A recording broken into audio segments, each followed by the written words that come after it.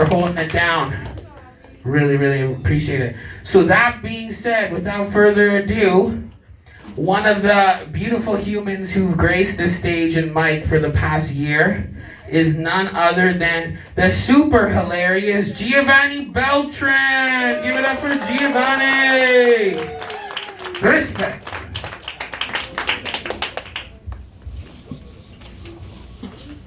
Thank you. How we doing tonight, y'all? See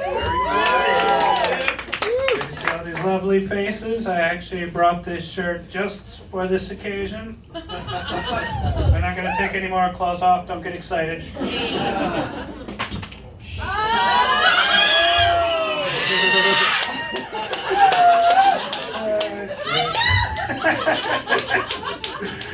Oh shit, it's good to be here. How was everyone's Christmas? Right. Anybody have anything exciting happen? No? Okay, well, I mean, that's good. Don't get me wrong. This part isn't part of my routine. I was just kind of curious because I started asking this question and I learned something pretty quick. That there's some people who are surprised when I answered them like, I was like, well, nobody went to jail. The police weren't called. Nobody was in the drunk tank. So all in all, I'd say it was a pretty good Christmas. Yeah, the people who are cheering no. I just bring this up as a quick side note because, you know, my sister decided one year, hey, we should do shots for Christmas. Yeah, I'm just gonna put it this way, 4 doubles later, okay? She may have been getting chased around the res barefoot in the snow. There's obviously a lot more to that story, but that's not why I'm here. As I said, so actually HK said, my name is Jiovanni Beltran. I'm from the Tsleil-Waututh Nation. And you know, it's really good to be here to see all these other people of color because you know, I've been doing a lot of open mics, and kind of the challenge with the open mics is that every time I tell them stories like that one, or you know, like growing up on res, they always look at me like, oh, you poor thing. And I'm like, oh, okay, wait, no. Fuck off. These are not sad memories. These are not sad stories. Matter of fact, these are core memories of mistakes were made, lessons were learned, or fuck around and find out if you're from the res. But, so I actually ended up having to change how some of these routines were done. So you'll hear some stuff that might be familiar if you've seen me before.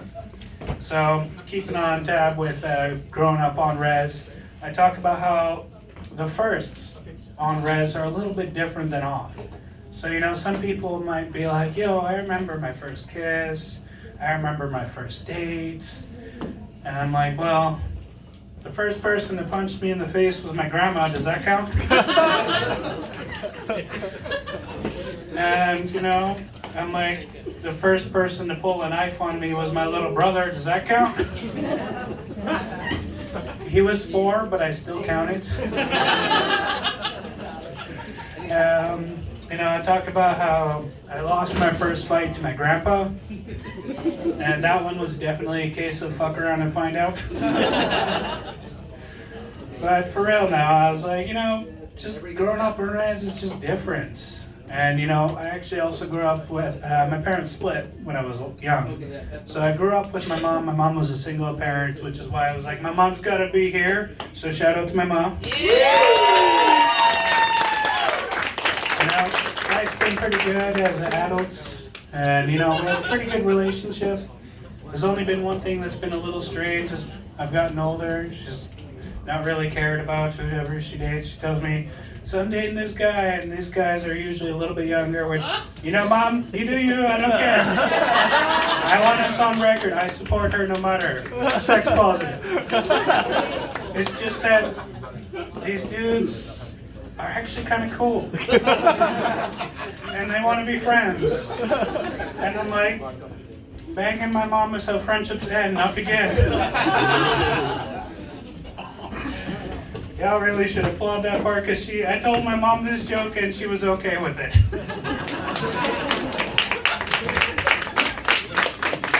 But, you know, having a First Nation side is one side of the coin.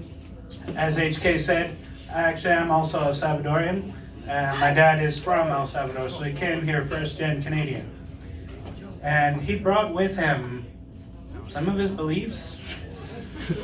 I say it that way because, like, my dad's a man's a man, kind of a man. Like, I don't know if any of y'all dads are like that. And so apparently for my dad, a man becomes a man at the age of 10. The reason I say that is because as soon as I turned 10, he sat me down. He's like, son, we gotta talk. Gave me a pack of cigarettes, a shot of Jose, and was like, okay, I got some things to tell you. So, Santa's not real, the Easter Bunny's not real, you have 3 siblings you've never met. Oh, and never trust anybody with your horse, your wallet, and your woman. That was a lot to process at 10, okay? Like, I had to sit there for an honest moment and be like, okay, well, first of all, we don't have a horse, so I don't understand what the references are. But he was like, no, that's a lie. I was like, okay, Dad, you let me believe in a magical fat man and a rabbit that laid eggs for 10 years, but never once thought important to tell me I have other siblings. So I asked him about this, and to his credit, he did actually get us to meet my older siblings 7 years later.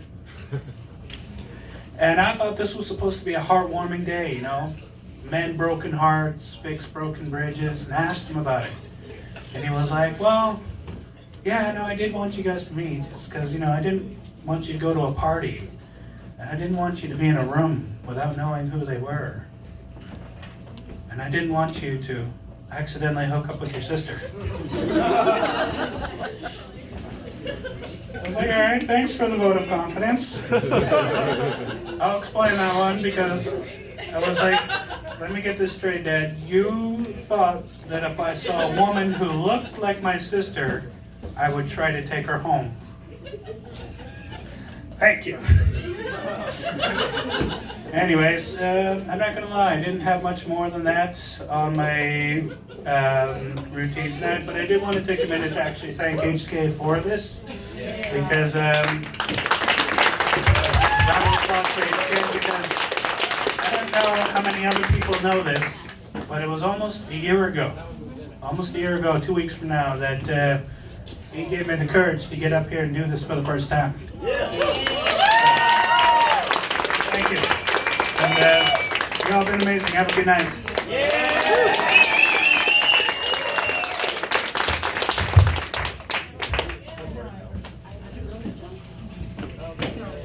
Give it up again for Jiovanni!